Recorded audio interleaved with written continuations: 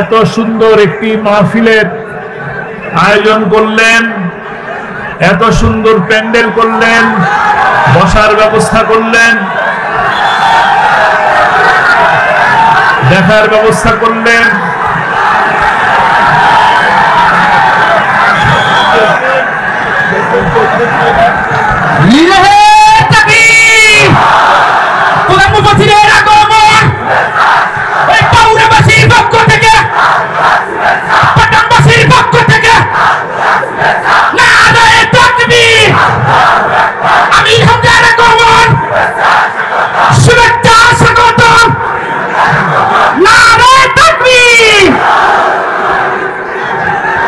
আলহামদুলিল্লাহ,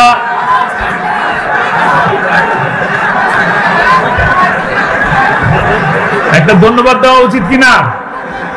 ধন্যবাদ দিবেন যারা এত সুন্দর আয়োজন করলেন, এত ব্যস্ততার ভিতরেও এমন একজন জগৎ বিখ্যাত বক্তাকে আপনাদের সামনে আনলেন, সেই কমিটিকে ধন্যবাদ দিবেন কিনা? আপনাদের সকলের পক্ষ থেকে আয়োজক কমিটিকে আমি ধন্যবাদ জানাচ্ছি, মোবারকবাদ জানাচ্ছি, শুভেচ্ছা জানাচ্ছি। আলহামদুলিল্লাহ, আমরা আপনাদের পক্ষ থেকে ধন্যবাদ জানিয়ে দিলাম। সেই সাথে আজকে এই বাউরা এলাকায় আমাকে যিনি প্রথম ফোন করে দাওয়াত দিলেন, তিনি আপনাদের প্রিয় মানুষ, প্রিয় মুখ, আমাদের প্রিয় ভাই আনোয়ারুল ইসলাম রাজু। আপনাকে আনোয়ারুল ইসলাম রাজুকে চিনেন? আনোয়ারুল ইসলাম রাজু ভাই আজকে আপনাদের সামনে আসতে পারেন নাই, তার ঢাকা শহরে খুব বড় একটা প্রোগ্রাম থাকার কারণে আসতে পারেন নাই, দুঃখ প্রকাশ করেছেন। কিন্তু আমার উপরে একটা দায়িত্ব পালন করার জন্য দায়িত্ব চাপিয়ে দিয়েছেন। দায়িত্ব কি? আমাকে দায়িত্ব দিয়েছেন আপনাদের কাছে তার সালাম পৌঁছে দেওয়ার। আমি আপনাদের কাছে তার সালাম পৌঁছে দিলাম। ওয়ালাইকুম আসসালাম বলেন। রাজি আছেন? খুশি হয়েছেন? এই যে এত বড় প্রোগ্রাম হলো, ভালো লাগতেছে? ভালো আছেন তো? জোরে সোরে বলেন আলহামদুলিল্লাহ, আলহামদুলিল্লাহ। এই ডান পাশের মানুষটাকে আসতে বলে জোরে, আরো জোরে। বাম পাশের মানুষ আলহামদুলিল্লাহ, আলহামদুলিল্লাহ বলাতে কি আপনারা খুশি হলেন? কে খুশি হলো? কে? আরো জোরে শুনতে চাই। আল্লাহ কবুল করুন। আমরা যে অবস্থায়, যখন যেখানে যে অবস্থায় থাকি না কেন, মহান আল্লাহ রাব্বুল আলামিনের দরবারে শুকরিয়া আদায় করতে একটুও কার্পণ্য করব না। রাজি আছি? সর্ব অবস্থায়, সব সময়, জেলে থাকেন, রিমান্ডে থাকেন, অসুস্থ থাকেন, হাসপাতালে থাকেন, যত বিপদেই থাকি না কেন আল্লাহর কাছে শুকরিয়া আদায় করব আলহামদুলিল্লাহ। কারণ এর থেকেও বড় বিপদ, এর থেকেও বড় অসুখ, এর থেকেও বেশি বড় জুলুম আমার উপর আল্লাহ চাপাই দিতে পারতেন। আল্লাহ আমাকে দয়া করেছেন যে আল্লাহ ভালো রেখেছেন, নাকি? বলি আলহামদুলিল্লাহ। সংক্ষিপ্ত কথা বলবো, মেহেরবানি করে যদি সুযোগ দেন। আপনারা কি সুযোগ দিবেন? রাজি আছেন? কোনো শব্দ করবেন না। আমি যখন বলবো তখন শব্দ করবেন, এছাড়া কোনো শব্দ হবে না। কথা বলা যাবে না, ধাক্কাধাক্কি করা যাবে না। এ জমিন কার? এ আসমান কার? এ নদী কার? সমুদ্র কার? অক্সিজেন কার? কার অক্সিজেন নিচ্ছি? আইন চলবে কার? আল্লাহ। সৃষ্টি যার, আইন চলবে তার। ইনিল হুকমু ইল্লা লিল্লাহ। আল্লাহ তাআলা সেই তৌফিক দান করুন আমাদেরকে। আমরা এই জমিন, গোটা বাংলাদেশ সহ সারা বিশ্ব আল্লাহ তাআলা একটা হুকুমের মাধ্যমে সৃষ্টি করছেন। কোনো সন্দেহ আছে? সন্দেহ নাই। আল্লাহর সৃষ্টি এই জমিনে আল্লাহর আইন বাস্তবায়ন করার জন্যই আমাদেরকে সৃষ্টি করেছেন। আল্লাহর আইন বাস্তবায়ন করার জন্য আল্লাহ তাআলা আমাদেরকে এই কোরআনের মতন মহাপবিত্র গ্রন্থ আল্লাহ তাআলা আমাদের কাছে পাঠিয়েছেন। এই গ্রন্থ বোঝার জন্য, গ্রন্থকে চেনার জন্য, গ্রন্থ অনুযায়ী এই কোরআনকে কোরআনের মতন করে চলার জন্য আমাদের জন্য নবী করিম সাল্লাল্লাহু আলাইহি সাল্লামকে গাইড স্বরূপ পাঠিয়েছেন, নেতা হিসাবে পাঠিয়েছেন। সেই নেতা আমাদেরকে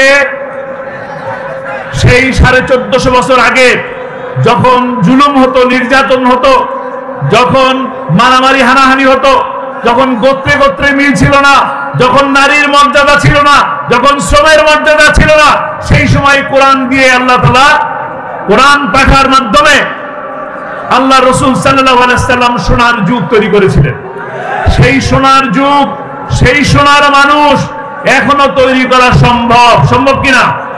আবু বকর আসবেন না, কিন্তু আবু বকরের মতন মানুষ আসবেন। ওমর রাদিয়াল্লাহু তাআলা আনহু আসবেন না, কিন্তু তার মতন মানুষ আসবেন। নবী আসবেন না, রাসূল আসবেন না, কিন্তু শাহাদাতের দরজা খোলা আছে। আছে কিনা? কোরআনের দাওয়াত মানুষ দিচ্ছে কিনা? দিচ্ছেন। কোরআনের দাওয়াত দিলে বিপদ আসে, আসে কিনা? বিপদে পড়ছিলেন কিনা? এরা জেলে গেছেন কিনা? হাত উঁচা করতে বললে এখানে অসংখ্য মানুষ পাওয়া যাবে যাদের অনেকের হাত উঁচা হবে। অনেকেই মামলা খেয়েছেন, জেলে গেছেন, আমি সেই কথা বলবো না। কিন্তু আপনাদের প্রিয় মুফাসসির, আপনাদের প্রিয় কোরআনের পাখি শহীদ আল্লামা দেলোয়ার হোসেন সাঈদী রাহিমাহুল্লাহ 50টি বছর একটা কাজই করেছেন। কি কাজ? কোরআনের পাখির কাজ কি ছিল? কোরআনের দাওয়াত আপনাদের সকলের কাছে পৌঁছে দেওয়া। কোরআনের দাওয়াত পৌঁছে দেওয়ার অপরাধে, কোরআনের কথা বলার কারণে, কোরআনের রাজ প্রতিষ্ঠা করার চেষ্টা করার কারণে তাকে 13টি বছর জেলে থাকতে হয়েছে। 13টি বছর জেলে থাকতে হয়েছে, নরমালি নয়, তাকে থাকতে হয়েছে কন্ডেম সেলে, ফাঁসির সেলের ভিতরে তাকে রাখা হয়েছে। তাকে 13টি বছর বন্দী করে রাখা হয়েছে পৃথিবীর নিকৃষ্টতম মিথ্যা মামলা দিয়ে। তাকে বলা হয়েছে রাজাকার, তাকে বলা হয়েছে ধর্ষক, তাকে বলা হয়েছে লুটেরা। অথচ তিনি ছিলেন কি? কোরআনের পাখি। একজন নিরপরাধ মানুষকে 13টি বছর বন্দী করে ফাঁসির রায় দিয়ে ফাঁসি কার্যকর করতে না পেরে তাকে হাসপাতালে নিয়ে মিথ্যে কথা বলে ইনজেকশন পুশ করে তাকে হত্যা করা হয়েছে। আমরা এর বিচার করব ইনশাআল্লাহ। আপনাকে বিচার চান? বিচার চান? কিভাবে বিচার করবেন? আমরা শাহবাগ চাই না, শাহবাগের যে ফাঁসি চাই, ফাঁসি চাই, ওই শাহবাগ চাই না। আমরা কি চাই? তিনি যে কোরআনের রাজ প্রতিষ্ঠা করার জন্য জীবন দিলেন, তার প্রতিটি মাহফিলের ভিতরে শেষ কথা ছিল কোরআনের রাজ প্রতিষ্ঠা হয়ে আল্লাহ যেন আমার মৃত্যু দেন। সেই কোরআনের রাজ প্রতিষ্ঠা করে দেখা অবস্থায় তিনি যেতে পারেন নাই। পেরেছেন? দায়িত্ব কার? কাদের? কোরআনের রাজ প্রতিষ্ঠা হোক, এটা দেখতে চান? দেখতে চান?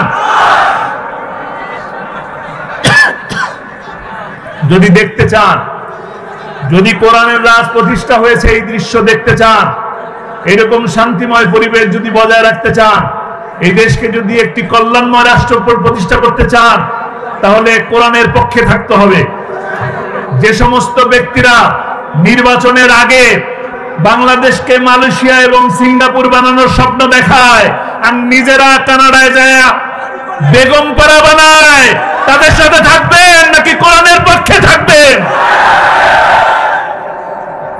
যে সমস্ত ব্যক্তিরা আপনাদের টাকাকে নিয়ে শেয়ার বাজার লুট করে, তাদের পক্ষে থাকবেন নাকি বন্যায় যারা সাহায্য করার জন্য চলে যায় তাদের পক্ষে থাকবেন? যারা ব্যাংক ডাকাতি করে বিদেশে টাকা পাচার করে তাদের সাথে থাকবেন নাকি একটা মানুষের বাড়ি আগুন ধরলে তার বাসায় সাহায্য পৌঁছে দেওয়ার জন্য যায় তার পক্ষে থাকবেন? সময় এসেছে সিদ্ধান্ত নেবার। সকল নাম বাম এবং নাস্তিকদের বিরুদ্ধে কোরআনের পক্ষে থাকার সময় এসেছে। আজকে সামনে সময় আসবে, আজকে যে শান্তি বোধ করতেছেন, 5ই আগস্টের পর আজকে যে ভালো লাগতেছে আপনাদের বলছেন, এটাই আমাদের কাঙ্ক্ষিত বিজয় নয়। এটাই কি আমাদের কাঙ্ক্ষিত বিজয়? কাঙ্ক্ষিত বিজয় সামনে রয়ে গেছে। সেই কাঙ্ক্ষিত বিজয়ে যাওয়ার জন্য আপনারা একটি মসজিদের ইমাম সাহেবকে নির্বাচিত করার জন্য, একটি মসজিদের ইমামকে নিয়োগ দেওয়ার জন্য, যেভাবে দেখেন মাথায় টুপি আছে কিনা, মুখে দাড়ি আছে কিনা, পাঞ্জাবি পরে কিনা, নামাজ পড়ে কিনা, শুদ্ধ তেলাওয়াত করে কিনা, এত কিছু পরীক্ষা যখন একটা মসজিদের ইমামের জন্য করেন, তাহলে 5 বছরের জন্য একটা এমপি নির্বাচন করার সময় তাকে দেখবেন সে নামাজ পড়ে কিনা, তার মুখে দাঁড়িয়ে আছে কিনা, সে পাঞ্জাবি পরে কিনা, সে মানুষের কাছে যায় কিনা।